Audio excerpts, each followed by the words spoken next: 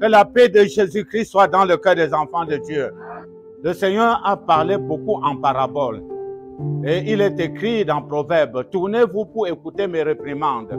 Je répandrai sur vous mon esprit et vous comprendrez ma parole. C'est l'Esprit de Dieu qui permet aux chrétiens de comprendre la parole de Dieu. La parole de Dieu est une bonne nouvelle qui redresse la vie de l'homme, qui réjouit le cœur de l'homme. L'Éternel Dieu dit, tu ne voleras point, tu ne tueras point, tu ne commettras point d'adultère, tu aimeras ton prochain comme toi-même. Je suis l'Éternel ton Dieu, le Dieu qui te fait sortir du pays d'Égypte, de la maison de servitude de Pharaon. Tu n'auras point d'autre Dieu devant ma face, ni aucune représentation, que ce soit la figure d'un homme ou d'une femme. Car je suis un Dieu jaloux, qui punit l'iniquité de père au fils jusqu'à la 3e et à la 4e génération de ceux qui me haïssent, et qui fait miséricorde jusqu'en 1000 générations pour ceux qui m'aiment et qui gardent mes commandements.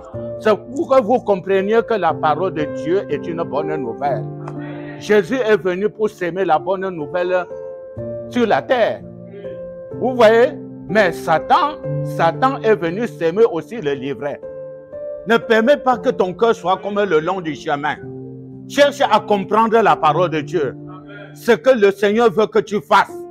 Cherche à comprendre. Tu peux entendre et tu ne comprends rien. Alors cherche à comprendre. Car si ton cœur est comme le long du chemin, tu ne seras pas sauvé. Vous voyez, tu ne seras pas sauvé. C'est en recevant la parole de Dieu que tu pourras être sauvé. Mais si ton cœur est comme le long du chemin, il est impossible que tu sois sauvé. Personne ne peut s'aimer le long du chemin. Alors préparons nos cœurs pour recevoir la parole de Dieu. Nos cœurs ne doivent pas être comme le long du chemin. Nos cœurs doivent recevoir la parole de Dieu. Nous avons trouvé grâce devant le Seigneur. Le Seigneur nous a aimés dans notre génération. Il nous a permis de choisir une bonne part qui ne nous sera jamais ôtée. À Dieu soit la gloire. Efforçons-nous à lui être agréable. C'est en suivant Jésus que nous atteindrons la perfection. C'est en suivant l'enseignement de notre Seigneur et Sauveur Jésus-Christ que nous atteindrons la perfection. En suivant la loi de Moïse, nous n'atteindrons jamais la perfection. Car si tu pratiques œil pour œil, dent pour dent, tu ne peux pas recevoir le Saint-Esprit, ni entrer dans le royaume. Jésus est la nouvelle alliance. Et la nouvelle alliance est supérieure à l'ancienne. Veille sur ton âme, que chacun veille sur son âme. Cherche à comprendre la parole de Dieu. Ce que le Seigneur veut que tu fasses. Nous devons considérer la parole de Dieu. Car la parole, c'est Dieu lui-même. Après avoir écouté la parole de Dieu, cherche à la comprendre. Fortifie-toi dans le Seigneur. Car les persécutions viendront, les tribulations viendront. Mais si la parole de Dieu est dans ton cœur en abondance, tu ne tomberas pas.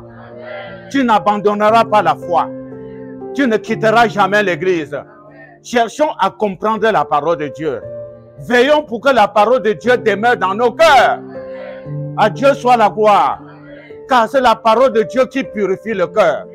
Heureux ceux qui ont le cœur pur, car ils verront Dieu. La parole de Dieu purifie le cœur de l'homme. Le cœur de l'homme peut être le temple du Saint-Esprit. Le cœur de l'homme peut aussi être le temple des mauvais esprits. Vous voyez? Veillons pour que nos cœurs aiment la parole de Dieu. Le Seigneur dit aux enfants d'Israël, si ma parole commence à vous dégoûter, mon âme ne prendra plus plaisir en vous. Dieu est comme l'ombre. Tu aimes sa parole, il t'aime. Si ton cœur est sa parole, lui aussi ne t'aimera pas. Le chemin du royaume n'est pas goudronné. C'est un chemin parsemé de difficultés. Paul dit à Timothée, tous ceux qui veulent vivre pieusement en Jésus-Christ seront persécutés. Tu ne peux pas mener une vie pieuse en Jésus-Christ et on ne te persécute pas. Vous voyez mes chers frères et sœurs, on persécutait les apôtres parce qu'ils menaient devant Dieu une vie pieuse. Ils craignaient Dieu. Ils faisaient des efforts pour être agréables au Seigneur. Ouais. Voilà pourquoi Satan les poursuivait pour les faire du mal. Car l'adversaire, le dragon, est contre ceux qui obéissent à la parole de Dieu. Le Seigneur dit, les soucis et les inquiétudes sont pour les païens et non pour les fils du royaume. Qui de vous, par ses soucis, par ses inquiétudes, peut augmenter une coudée à la durée de sa vie? Personne, vous voyez? Or, les soucis et les inquiétudes rendent la parole de Dieu infructueuse. Alors, nous devons quitter les soucis et les inquiétudes et faire confiance en l'Éternel. Faisons de l'Éternel nos délices. Et il nous donnera ce que nos cœurs désirent. Tu as des projets? Oui, présente tes projets à l'Éternel. Parle-lui. Demande à l'Éternel ce que tu veux. Par des prières et des supplications. Si tu es enfant de Dieu, il t'exaucera. S'il ne t'exauce pas aujourd'hui, il t'exaucera demain. Même vers le crépuscule de tes jours. Car notre Dieu n'est pas pressé. Soyons patients. Soyons patients quand nous prions notre Dieu. Laissons du temps au Seigneur. Car le temps de notre Dieu est le meilleur. Recommande ton sort à l'Éternel. Et ton progrès dans le Seigneur sera évident. Les soucis et les inquiétudes rendent la parole de Dieu infructueuse. Vous voyez mes chers frères et sœurs. Alors confions-nous en l'Éternel.